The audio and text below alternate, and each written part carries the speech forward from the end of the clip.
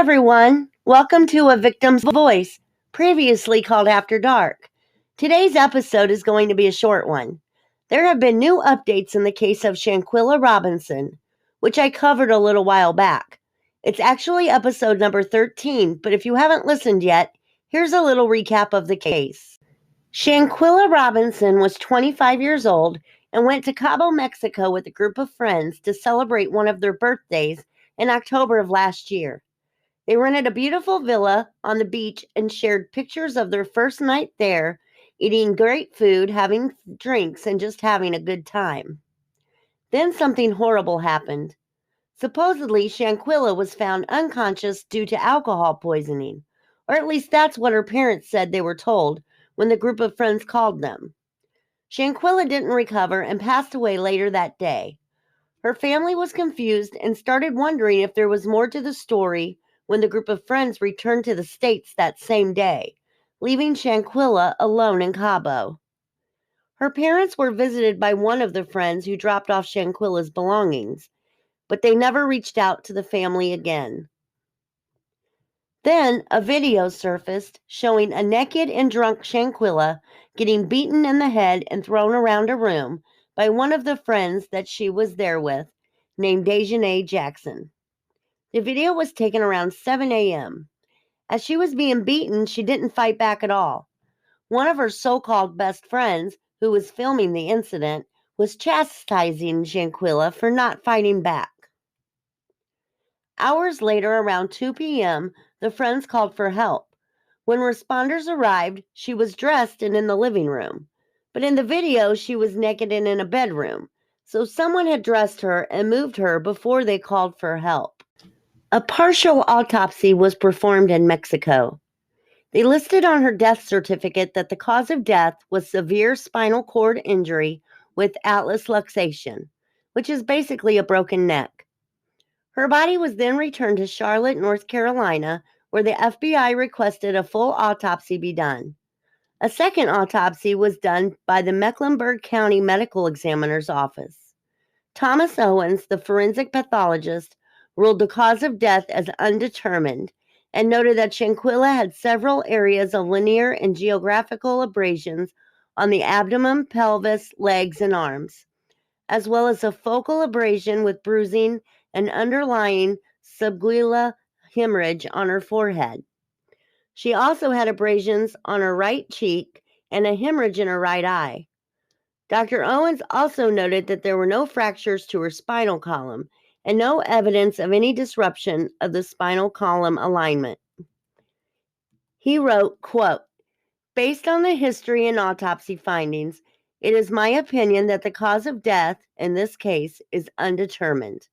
The most significant findings at autopsy are the hematoma of the forehead, the mild cerebral edema, and the hypoxic ischemic brain injury.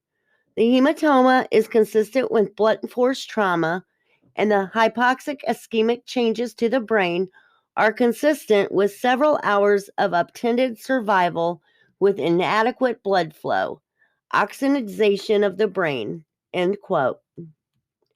He said since the autopsy done in Mexico was only a partial autopsy and the cervical vertebrae and the ligaments were not directly visualized to confirm a suspected subluxation.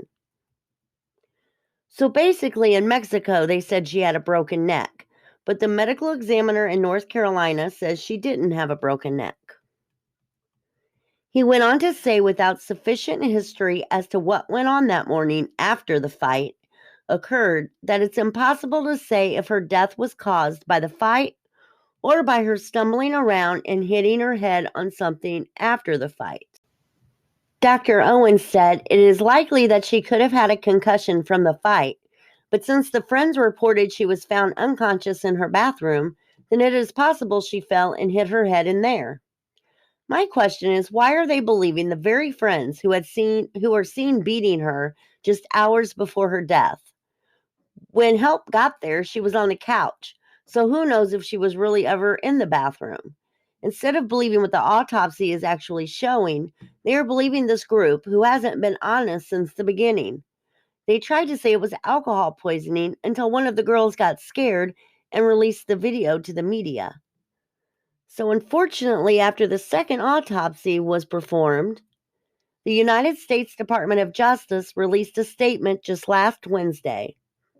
The statement reads, quote, "Based on the results of the autopsy and after a careful deliberation and review of the investigative materials by both U.S. attorneys' offices, federal prosecutors informed Ms. Robinson's family today that the available evidence does not support a federal prosecution."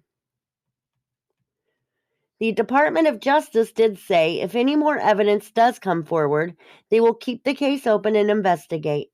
But right now, there is not enough evidence or information to file charges in the United States. Sue Ann Robinson, the family's attorney, criticized what she considered a delay on the part of U.S. investigating agencies, saying they waited to investigate until after their own autopsy was conducted. She said, quote, "There was no swift action on this case. There was absolutely no urgency on the part of the U.S. authorities. If you wait till 5 months after someone committed a crime, they would have the opportunity and time and space to delete text messages if that's what they wanted to do, to talk to each other about the case." End quote. Federal officials said they do not normally issue public statements about the status of an investigation, but in this case, they felt it was necessary because of the public concern surrounding the case.